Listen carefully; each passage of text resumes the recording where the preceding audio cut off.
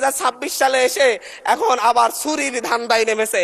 এবং চুরি করে আমি আবারও বলছি, বিএনপি যতই চেষ্টা করুক আওয়ামী লীগ আর হইতে পারবে না মাননীয় স্পিকার। আবার মাগুরা নির্বাচনের মতো আজকে বগুড়ার নির্বাচন এবং শেরপুর নির্বাচনের কারচুপি দেখেছি আমরা মাননীয় স্পিকার।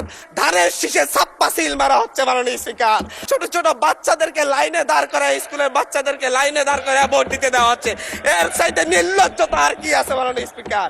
বিএনপি কি বর্তমান সরকারকে বিশেষ পরিস্থিতিতে বলতে আগামীতে বিএনপি যেই পথে হাঁটছে সেই পথে আরেকটা অভ্যুত্থানের আশঙ্কা করতেছে কিনা, যে আর মধ্য দিয়ে মূলত হচ্ছে আবার বিএনপি দলীয় শেয়ার জবরদখলকারী যত যে প্রার্থীরা থাকবে তাদেরকে অপসারণ করার জন্য এই আইন করা হচ্ছে কিনা।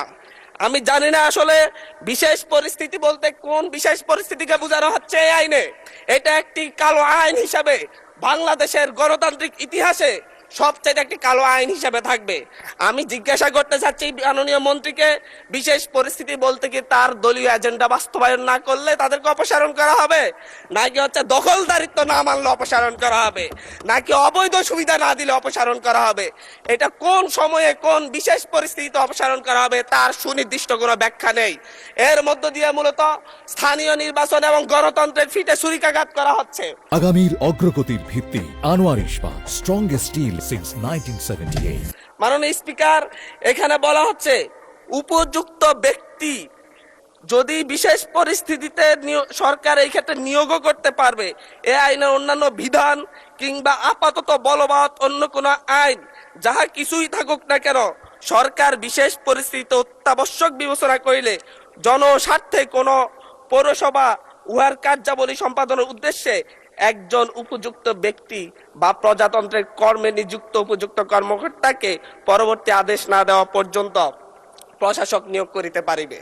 উপযুক্ত ব্যক্তি বলতে কি হচ্ছে দলীয় কোনো নেতা কিংবা লাঠিয়াল হবে, নাকি হচ্ছে কোন মন্ত্রী এমপির সন্তান হলেই হবে? এটা উপযুক্ত ব্যক্তি বলতে কাকে বোঝানো হচ্ছে তা কিন্তু আমরা বুঝতে পারছি না মাননীয় স্পিকার। মাননীয় স্পিকার, এর মধ্য দিয়ে নির্বাচিত প্রতিনিধিদেরকে সরিয়ে অনির্বাচিত শুধু মামা খালুর জোরেই বিভিন্ন প্রশাসনে বিভিন্ন পৌরসভা মেয়র কিংবা কাউন্সিলর পদে কিংবা সিটি কর্পোরেশনের মেয়র কাউন্সিলর পদে দলীয় নেতাদেরকে বসানোর একটি ফাইতারা করা হচ্ছে। মাননীয় স্পিকার, আমরা কোনো কথা বলতে গেলেই আমরা দেখি যে হচ্ছে বিভিন্ন সময় যখন হচ্ছে আওয়ামী সংসদ ছিল, পেশিবাদের সংসদ ছিল, তখন স্বজন হারানোর বেদনা উঠে আসতো মাননীয় স্পিকার। এখনো দেখা যাচ্ছে আমরা যখনই গণতন্ত্রের কথা বলি, যখনই স্থানীয় সরকারকে আমরা শক্তিশালী করার কথা বলি, তখন বলা শুরু করে আমরাই তো গণতন্ত্রের প্রবক্তা, আমরাই তো নতুন করে বাংলাদেশকে গণতন্ত্র উপহার দিয়েছি, আমরাই তো বাংলাদেশে নতুন গণতন্ত্রের পুনর্জন্ম দিয়েছি। 17 বছর ধরে আমরা লড়াই করেছি। 17 বছর ধরে লড়াই করেছেন বলে বাংলাদেশের গণতন্ত্রকে আবার গলা টিপে হত্যা করার সুযোগ নেই। আবার মাগুরা নির্বাচনের মতো আজকে বগুড়ার নির্বাচন এবং শেরপুর নির্বাচনের কারচুপি দেখেছি আমরা মাননীয় স্পিকার। আমরা যখনই ফেসবুকে ঢুকি, আমরা যখনই দেখি যে বিভিন্ন সংবাদ মাধ্যমে ধানের শীষে ছাপ্পা সিল মারা হচ্ছে মাননীয় স্পিকার। আজকে 2024-এর এমন রক্তক্ষয়ী সংঘাতের পরে আজকে যখন একটা উপনির্বাচন এবং একটা স্থগিত হওয়া নির্বাচন হতে যাচ্ছে, তখন আমরা দেখছি বিরোধী দলীয় এজেন্টদেরকে ঘাট ধাক্কা দিয়ে বের করে দেওয়া হচ্ছে, কেন্দ্রের ভিতর ঢুকে এজেন্টদেরকে আহত করা হচ্ছে এবং ছোট ছোট বাচ্চাদেরকে লাইনে দাঁড় করায়, স্কুলের বাচ্চাদেরকে লাইনে দাঁড় করে ভোট দিতে দেওয়া হচ্ছে। এর চাইতে নির্লজ্জতা আর কি আছে মাননীয় স্পিকার? এর মধ্য দিয়ে মূলত আরেকবার বাংলাদেশকে সংকটে ফেলা হচ্ছে।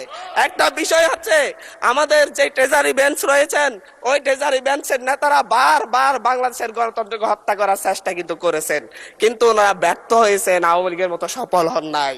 1994 সালের মাগুরার নির্বাচনের মধ্য দিয়ে ওনারা চেষ্টা করেছিলেন একতরফা নির্বাচন করে টিকে থাকতে।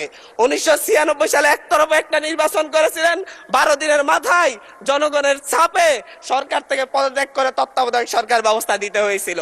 আবার 2006 সালে এসে বিচারপতির 2 বছর মেয়াদ বাড়িয়ে তারপর আবার ক্ষমতায় থাকার বন্দী করেছিলেন, কিন্তু বাংলাদেশের জনগণ সেই সুযোগ দেয় নাই।